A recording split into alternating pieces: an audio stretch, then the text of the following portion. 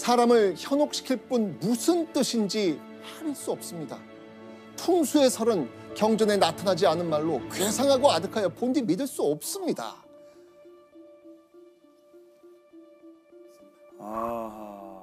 광해군을 지금 현혹시키고 있는 게 뭐예요? 바로 풍수질이었습니다. 근데 이때 광해군이 맹신하고 있던 풍수설이 하나 있었어요. 이게 뭐였냐면 인왕산에 왕기가 서려 있으니 인왕산에 터를 잡은 사람은 앞으로 왕이 된다.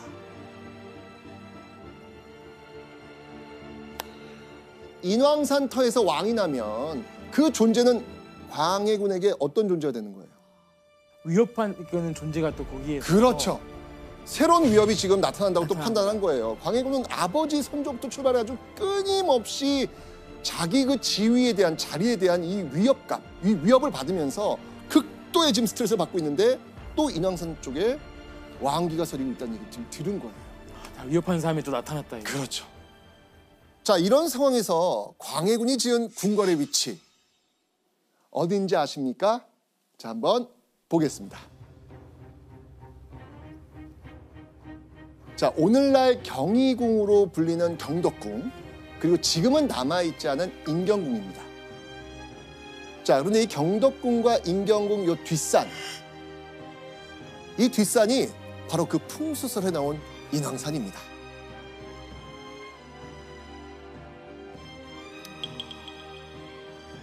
당시 수도 한양에 돌고 있던 이 풍수설을 듣게 된 광해군, 어떤 생각했다?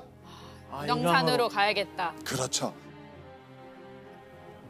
이제까지 광해군이 늘 그래왔듯이 광해군은 그 위협을 애초에 제거하기 위해서 인왕산 터를 자신이 차지하기로 한 겁니다. 그래서 그 인왕산 자락에 궁궐을 지은 거구나. 맞습니다. 맞습니다. 근데 아무리 뭐 여러 일이 있다고 하지만 세사 때랑 너무 다른 거 아니에요? 너무 다르죠. 그런데 지금 이쯤 오면은 광해군은 이성적인 판단을 하지 못할 정도로 굉장히 그 피해망상 같은 증세를 많이 보이고 모든 신하들을 믿지를 못해요. 근데 그러면서 자기 왕위에 대해만 너무 집착을 하다 보니까 주로 뭐 어떤 말에 혹하냐 하면은 말씀하신 것처럼 풍수, 도참, 뭐 미신, 점 그런 말들에 혹하거든요. 광해군 말년에 광해군이 바로 그런 상태에 빠져 있던 것이죠. 자, 이렇게 백성들의 원망이 하늘을 찌르고 조정신료들의 파업이 계속되는 상황. 자, 이런 상황에서 1623년 3월 13일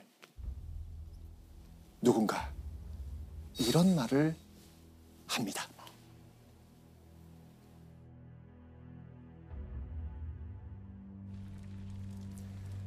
유폐되어 살면서 지금까지 죽지 않은 것은 오직 오늘을 기다린 것이다. 누가 한 말인지 추측하실 수 있겠습니까? 잠깐만, 인목대비? 그 궁에 있었잖아. 네, 지금 가택에 맞다. 있었어. 맞습니다. 서궁에 유폐되어 있던 인목대비가 드디어 오랜만에 모습을 드러낸 겁니다. 자, 그리고 이때 인목대비가 기다린 그날, 그 오늘, 광해군을 몰아낸 쿠데타의 그날이었던 겁니다.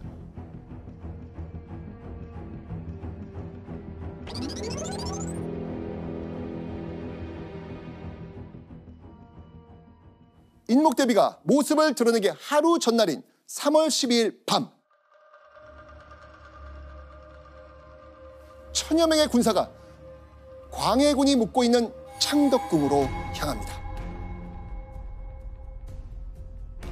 자, 그런데 광해군을 몰아내고 궁궐을 점령한 이들의 쿠데타가 완성되기 위해서는요, 한 가지 필요한 게 있었습니다. 뭘까요? 명분. 명분. 좋아요. 맞습니다. 바로 왕실의 최고 어른 인목대비로부터 정당성을 인정받는 거였습니다. 인목대비가 그들의 쿠데타를 인정하는 순간 그들의 쿠데타는 영모 반역이 아닌 본래 바른 상태로 돌아간다라는 의미의 반정으로 완성될 수가 있었죠. 와. 자, 드디어 왕실 최고 어른으로서 다시 광해군 앞에 서게 된 인목대비. 광해군은 그녀 앞에 무릎 꿇은 채 폐위당합니다.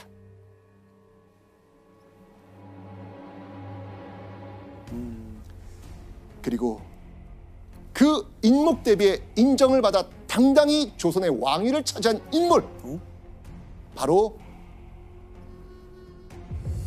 인조였습니다.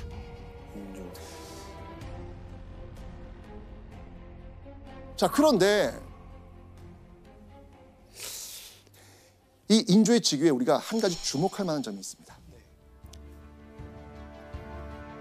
광해군이 집착했던 그 왕기가 서려 있던 인왕산 터,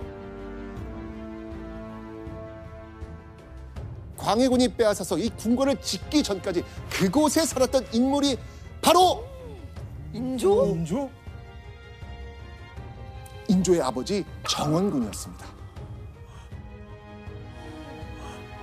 그러면 풍수지리가 맞는 건데?